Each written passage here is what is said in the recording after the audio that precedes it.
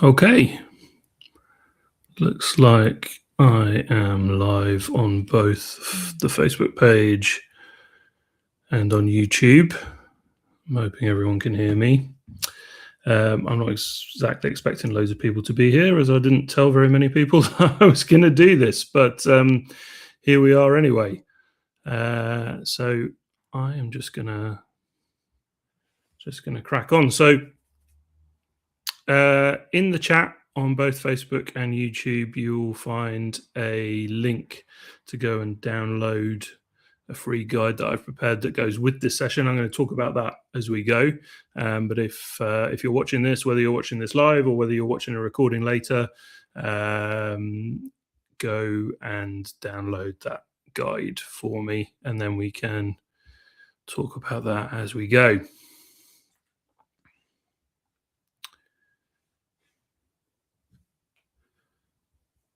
So, if you've ever looked at your to-do list and felt completely frozen, um, you're not alone in that.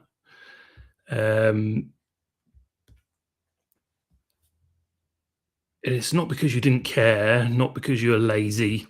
Um,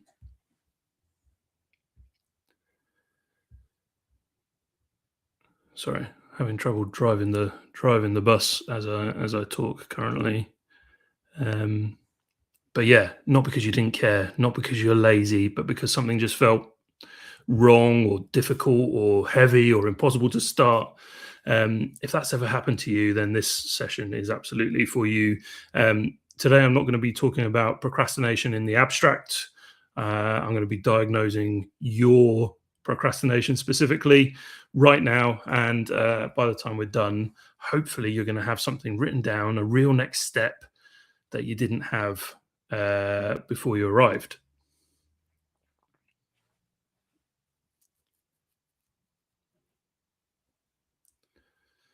So, look, before we go any further, I want to be really clear about this. Lots of my videos on here on YouTube in particular are me talking about the science behind procrastination, why you do it, what the neuroscience behind all of that. That's not what this is going to be today. Um, this is not a webinar. I'm not going to be here to motivate you. I'm not here to give you a pep talk or tell you that you're amazing and you just need to believe in yourself. I want this to be a working session. We're going to use a tool I created. We're going to use it together. And you're going to leave with something concrete, something you can act on today. So if you haven't grabbed the guide yet, the link is in the description. Go and download it, go and save it, because in about 5 minutes we're going to open it together. So a quick bit of context, I guess, for anyone who's new. My name is Andrew Burns. I run the Running to Keep Up YouTube channel and Facebook page, and I'm also on Instagram and TikTok. I would have been going live there as well, but Instagram failed and I couldn't figure out TikTok this week, so we're just on Facebook and YouTube this time. So through Running to Keep Up, I've been talking about productivity and procrastination and habit forming and all of that good stuff for a long time now. Over the last year or so, I've written an ebook and developed a course called the Momentum Reset Method. And the reason that I developed that was I'd spent years thinking I was lazy.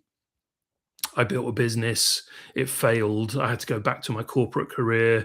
I built another one. And the whole time, the thing I was really battling wasn't a lack of ideas or ambition, it was procrastination. And more specifically, it was not understanding what my procrastination was actually telling me.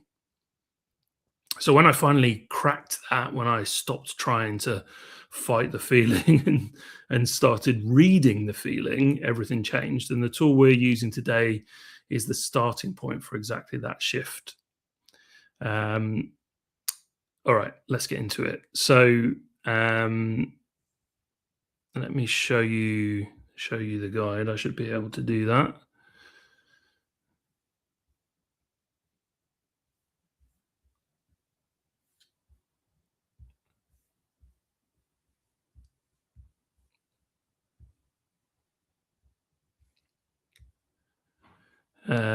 Yeah, so there we have the procrastination reframe guide. It's 7 pages long. We're going to go use about four of them today, and I want to walk you through what's in here before we start using it because the framing matters. So, page one, the title, why you're stuck and why it's not laziness. That's not just a feel good headline. That's exactly the central argument of this whole thing. And it's backed by research. Um, so, if we turn to page two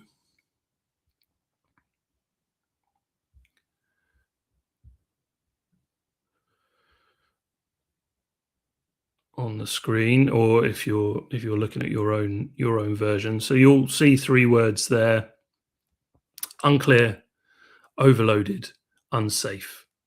Um, These are signals. They're not moods. They're not personality types. They're not character flaws. They're signals. They're information your brain is sending you when it can't move forward. So, most procrastination, I'd say almost all of it, comes from one of these three signals. And the moment you identify which one is active for you right now, the situation starts to make a completely different kind of sense. I'm not going to explain each one yet because I want you to discover which one is yours first. That's the exercise we're about to do. And this is where the real work happens. So, if we go to page 6, hopefully you can see that one on the screen. Yeah, a simple check in. Looks like you can. Um, so,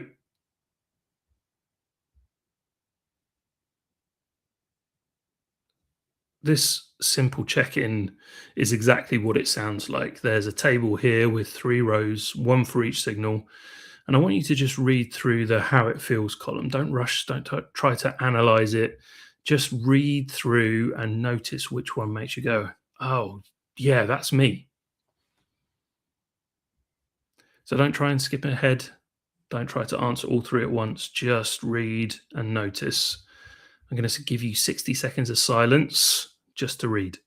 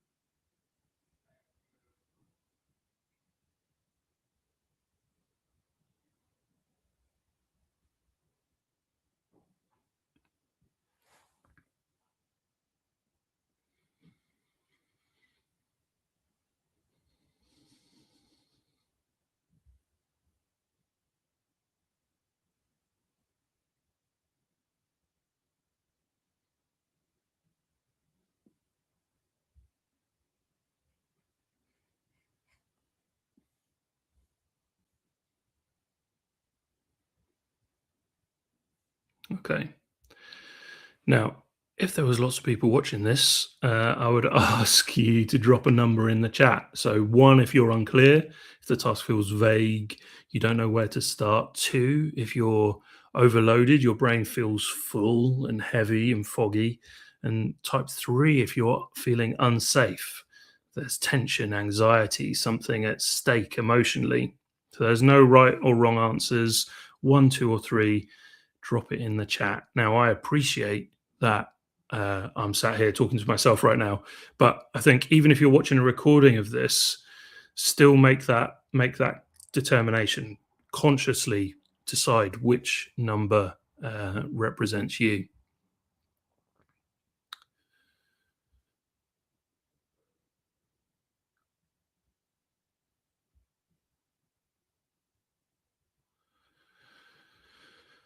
So let me say something important about each of these before we go any deeper. If you typed one unclear, you're not confused because you're incapable. You're confused because the path isn't clear enough yet. That's not a you problem, that's a design problem. The task is too vague, and your brain literally doesn't know where the edge of it is. If you typed two, overloaded, your brain is full,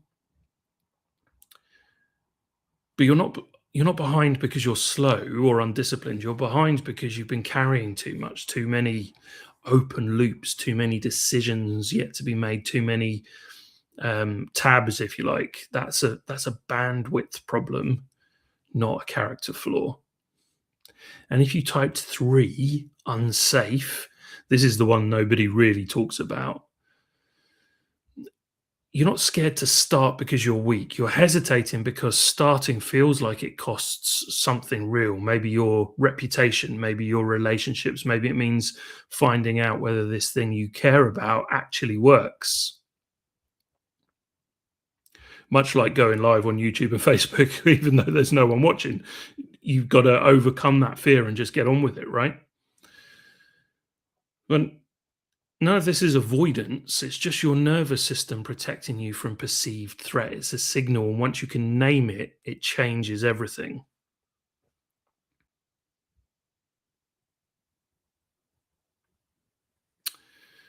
So I struggle with this personally, and if it's okay, I'd like to share something personal with you for a second here. When I first understood these signals for myself, really understood them, I'd been in business for a few years and I'd spent most of that time thinking I was lazy in some way, that I just didn't have what it took, that other people had some discipline gene that I was missing.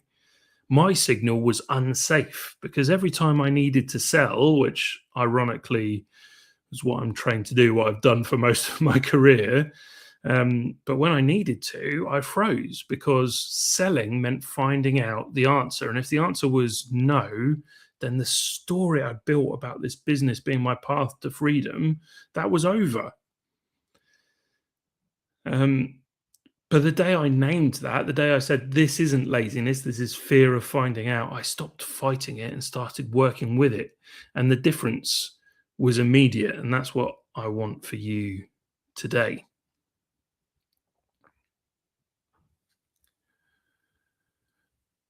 So I'm just trying to keep an eye uh, and make sure everything is working the way it should be. It looks like it is.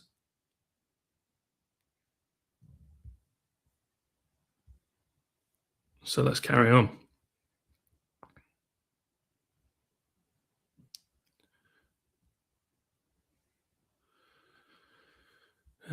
So let's talk about unclear first. So let me pull up the right page. Unsafe first, forgive me. Let me pull up the right page. You should be able to see that on your screen now.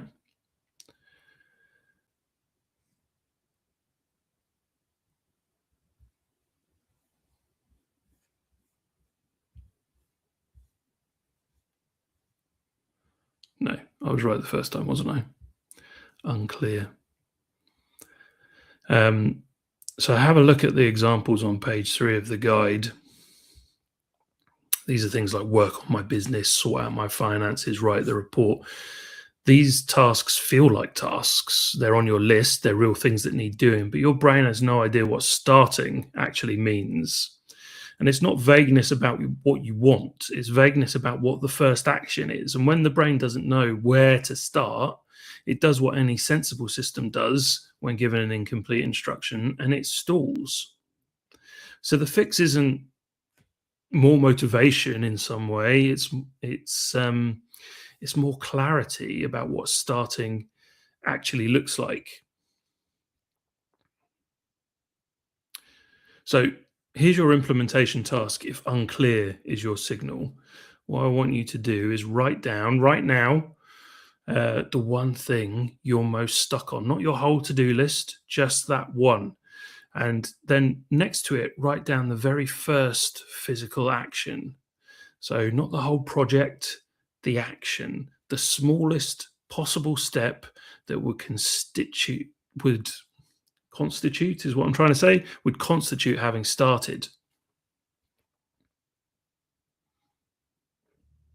So, for example, um, instead of work on my business, it might be open the Google Doc for my product page, or instead of sort out my finances, it might be open my banking app and look at last month's statement. So the task doesn't change, but suddenly your brain knows where the edges are, and that's what creates movement.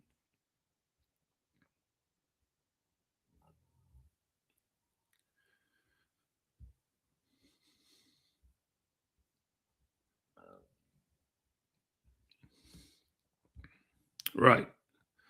So let me move this on.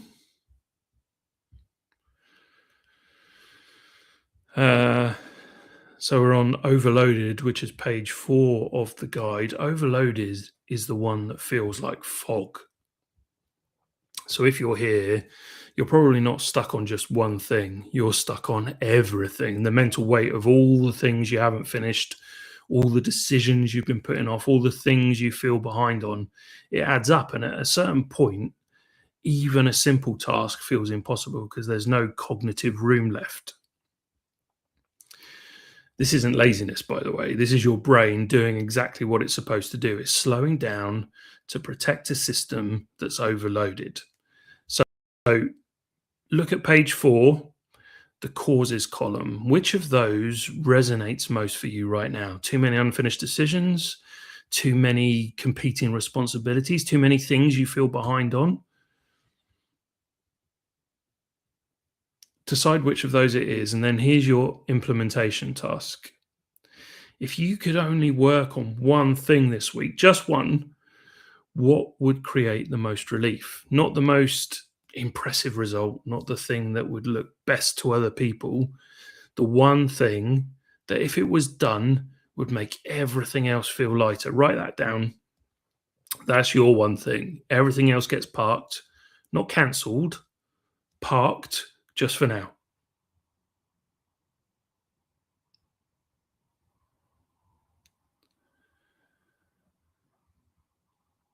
Okay.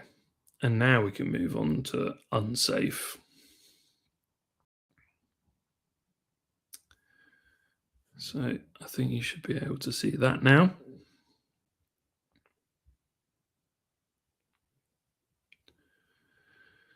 Unsafe is the most personal one, so I want to treat it with some care. And when I say unsafe, I'm not talking about physical danger. It's psychological exposure. It's the tasks that carry emotional risk in some way, work that will be judged, projects that matter deeply, decisions where failure feels personal. And the symptoms here are sneaky, aren't they? Because it doesn't always look like fear. It looks like perfectionism. It looks like suddenly finding 17 other things to do. It looks like I'll do it when it's better, or I just need to do a bit more research first. It's your nervous system trying to protect you from something it perceives as a threat. And the more something matters to you, the stronger that protection can be. So look at page 5. Which of these emotional risks feels real to you? You don't have to share it in the chat or anything, just acknowledge it to yourself.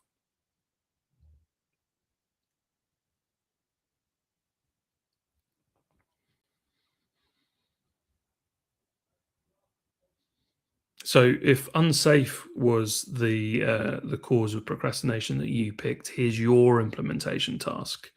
I want you to write down one action so small that even if it fails, even if nobody responds, even if it's imperfect, even if it doesn't work, it costs almost nothing. So, not your best step, not your most impressive step, your safest step, the one where the emotional stakes are low enough that your nervous system won't block you. Because, look, here's what's true: the nervous system relaxes when it has evidence that the thing it was protecting you from didn't actually destroy you. And you can only get that evidence by moving, even slightly. So write it down, the smallest possible step.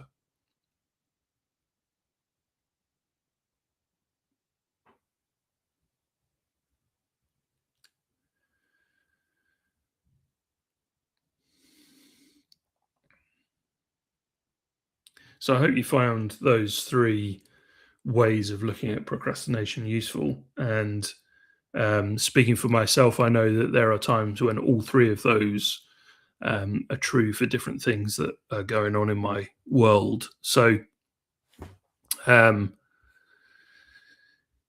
yeah, I hope you found it useful.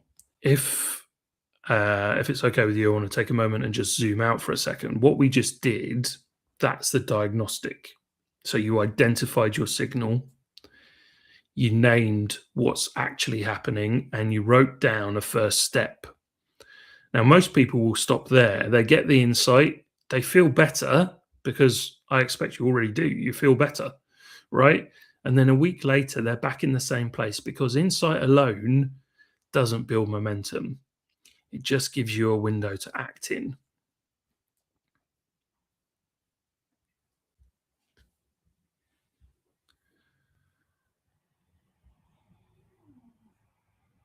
So, this is all taken from the momentum reset method that I mentioned at the top of the video. So the momentum reset method is what I built to take you from I know what's happening to I have a system for what to do about it. It's not a productivity hack. It's not another app or another framework. It's a complete approach to breaking out of the procrastination spiral and staying out. So it has six pillars: the micro mission shift, which is about turning vague tasks into something your brain can actually engage with. There's the overwhelm audit, which is about identifying and clearing the hidden mental drains that are draining your energy. There's the dopamine anchor, which is incredibly powerful. And this is about rewiring your reward system so productivity feels natural instead of forced. And then there's three more on top of that, each one building on the last. But it's yeah, procrastination is a strange thing because what it does is it hijacks your dopamine system. So having a method by which to get back on track with that, the dopamine anchor, is incredibly valuable.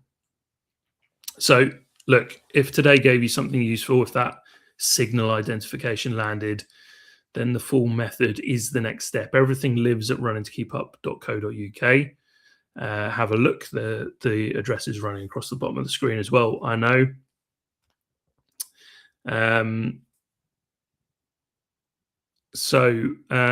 yeah, before we go, I want you to look at what you've written down. Okay. So if you've done everything that I suggested to you, you should have one signal, one task or one question, and one first step. That's not nothing. That's a direction. And most people will leave a YouTube video today without anything like that. And you have something real. So um, I, I want to congratulate you for that. I think this moves you forward in a real um, sustainable way. Here's what I want you to hold on to from today. That procrastination is not laziness. It never was. It's just information. It's your brain sending you a signal that something needs attention, whether that be clarity, whether that be safety, or whether that be space. Um, it needs you to pay attention to those things before it can move. And now you know how to read that signal. And that changes things, not just for today, but for how you approach every stuck moment going forward.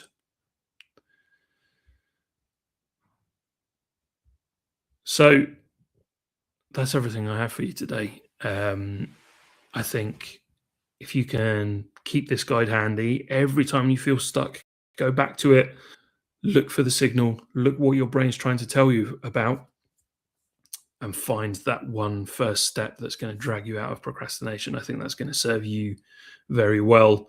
Don't forget about the momentum reset method. It's at runningtokeepup.co.uk, and I will see you on the next video. Thanks, everyone.